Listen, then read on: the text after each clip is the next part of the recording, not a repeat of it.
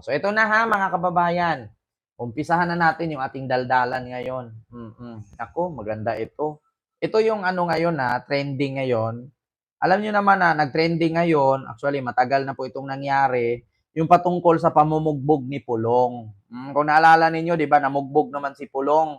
Si Pulong Duterte namugbog tapos inaksyonan pa nga niyang saksakin niya yung lalaki doon sa may bar. So ngayon, mga kababayan, ang maano ko lang sa inyo ay ito. Si BBM na naman, no?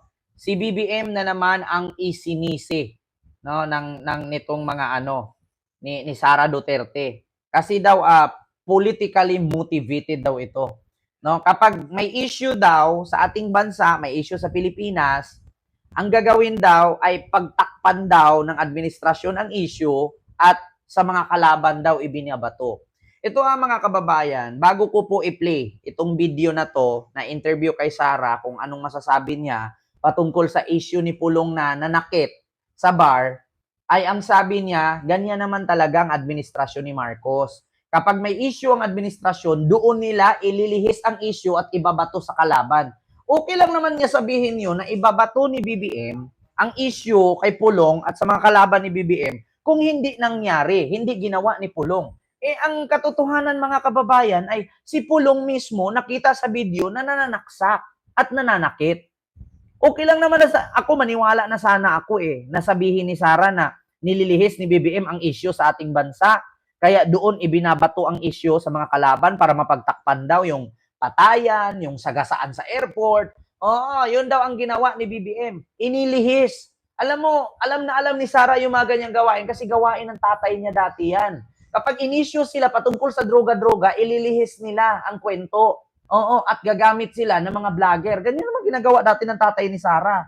Ngayon, okay, ako maniniwala ako na nilihis ni BBM ang issue doon kay Pulong na instead na tutukan ni BBM yung banggaan sa NAIA at yung mga punit passport at laglag bala, inilihis daw doon sa issue ni Pulong. Maniwala na sana ako ang problema, totoo naman po talaga na si Pulong namugbog. 'Di ba? Hindi mo naman masasabing nilihis. Yung tatay niya noon, naniniwala ako na in-issue ni Laila de Lima patungkol sa West Philippine Sea. Anong ginawa nila? Issue ni Laila de Lima na 6 video ang nilabas nila para mabura ang West Philippine Sea at hindi mapag-usapan si Laila de Lima ang mag-trending. Ganon ang ginawa ng tatay ni Sara noon. So ngayon si Sara magaling sumagot. Ito po ang sagot niya mga kababayan. Politically motivated at nilihis daw ni BBM ang issue sa ating bansa, doon daw binato sa issue ni Pulong. Ito mga kababayan. Lumabas naman yung kanilang May 1 na 20 pesos ang kilo ng bigas. At syempre dahil hindi naman totoo yung pangako na yun, pabubola lang naman yun sa mga tao, hindi nila kayang i-sustain, ay tinigil. Ayan na naman. Sabi ni Sara dito, nilabas daw nila ng May 1 ang 20 pesos na bigas, hindi naman daw kayang i-sustain yun ni BBM yung 20 pesos per kilo ng bigas, pambubola lang daw yun sa tao. So, ngayon, hininto daw kasi napapahiya daw si BBM, parang ganon. No? Alam mo, sa totoo lang, hindi daw kaya ni BBM yun. Mag-implement ba si Marcos kung hindi kaya? Di ba? Hindi daw kaya ni BBM yun, kaya inaatras daw ang bigas. Yun ang utos ng Comelec na hindi daw muna ipabenta, hindi daw muna ipabenta ang bigas, utos ng Comelec. Kasi nga inisyu nitong mga Duterte na vote buying daw yan. Ngayon na hininto ni BBM at hindi muna pinapatuloy na ibenta ang bigas, ang issue naman ngayon ni Sara, kaya daw hininto kasi hindi kayang i-sustain. Pambubola lang daw sa tao, 'di ba? Naghahamon-hamon kayo kung saan galing saan na ang bigas na pangako, ngayong itinutupad na gawing 20 pesos per kilo at ngayong naitupad nireklamo ninyo na vote buying. 'Di ba? Alam niyo mga kababayan, ito yung taktika ni Sara. Panis. Panis na taktika yan. Bakit? Nung una, hinahamon nila si BBM na saan ang 20 pesos per kilo ng bigas. Ngayon, nilabas ang 20 pesos per kilo ng bigas, nag-file sila ng reklamo sa Comelec na Ano daw ito? Pamumulitika daw ito. Oo, vote buying daw. Kaya hininto ngayon ng Comelec at hindi mo na ituloy after na ng eleksyon. Ngayon, ang ipinalabas ni Sara, hininto daw kasi hindi kayang isustain. Di ba? Narinig nyo naman. Ang galing ni Sara. Oh. Kaagad ng May 2, lumabas naman yung complaint no, kay Congressman Pulong Duterte. So nakikita nyo na basta merong nangyari na kagagawan ng administrasyon, ang ginagawa nila ay sinisira nila ang kanilang kalaban sa politika para matabunan yung totoong issue ng bayan. Narinig nyo mga kababayan? Kung mas Nakita naman daw ninyo yung totoong pangyayari.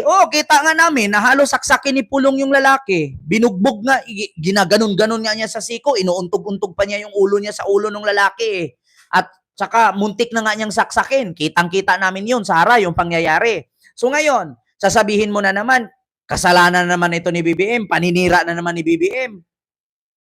Anong kinalaman na naman ni BBM dyan, Sara, sa kasong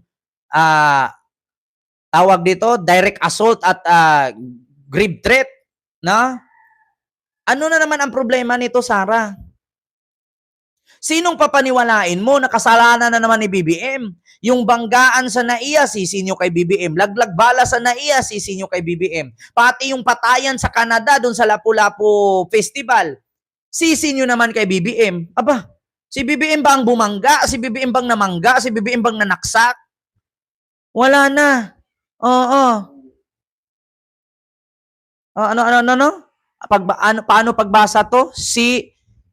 Schizophrenic. Pagbasa nito, schizophrenic yang ganyan. Pag-uugali, living in alter reality. Sabi ni William Pickhook. Diba? Si BBM na naman daw. Nililihis daw ni BBM ang issue, kaya binuhay daw itong problema ni Pulong. Okay lang naman kahit sabihin mong nililihis kung hindi totoo na si Pulong nanakit. Totoong may video Totoong may nanakit Totoo na halos saksakin na nga ni Pulong yung lalaki. Ngayon sasabihin ninyo, nililihis ni BBM ang issue at para matakpan ang problema sa bayan. Kayo lang naman ang problema sa bayan Kung hindi kayo dyan sa kakadakdak ninyo, hindi nyo kakapanira ninyo sa administrasyon, may problema ba ang ating bansa? Wala. Ang bigas bumaba na, ang mga bilihin bumaba na. Kayo lang ang problema sa bansang ito. Di ba? Oo. Schizophrenic. Ganyan po ang pagbasa. Schizophrenic pala ang pagbasa nito. So si Sara Duterte may schizophrenic disorder? Parang ganun po ba? Diba, si BBM na naman ang sinisi, mga kababayan. My God, I hate drugs na talaga. Oo, may nagpalipad. Sir Ma'am Kanji Official, maraming salamat sa 10 Hong Kong dollar super sticker. Thank you so much. Tignan nyo mga kababayan, yun daw issue na pananakit ni Pulong sa bar, si BBM daw ang may kasalanan noon. Bakit? Si BBM daw ang may gawa na para ikalat itong video na pananakit ni Pulong sa bar. Anong kinalaman ni BBM dyan? Kasalanan niya nung binugbog ni Pulong at yung nagpakalat dyan, yung may hawak ng CCTV. Hindi po politically motivated yan. Si BBM na naman, Sara? Sinisi mo na naman si BBM?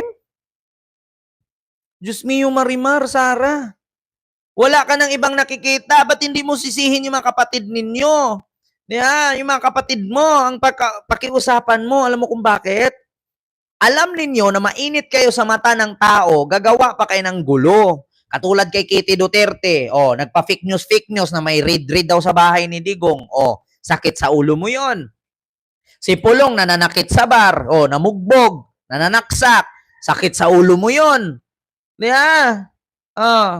Tignan nyo mga kababayan sa interview ni Sara Duterte ng News 5. Si BBM daw ang sinisi ni Sara. Kay BBM na naman. Ito Lumabas naman yung kanilang May 1 na 20 pesos kilo ng bigas.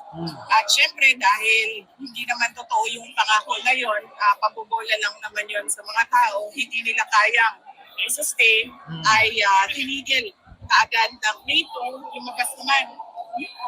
Tinigil daw ng May 2 yung bigas.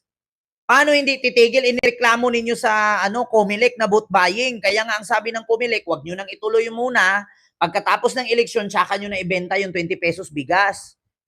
Kasi nireklamo ninyo na vote buying. Tapos ngayon sasabihin mo, tinigil. Pagdating ng May 2, tinigil kasi hindi masustain. Grabe ka fake news talaga itong si Sara. Oo, dapat dito, ito yung patawag sa Quadcom at i-contempt eh.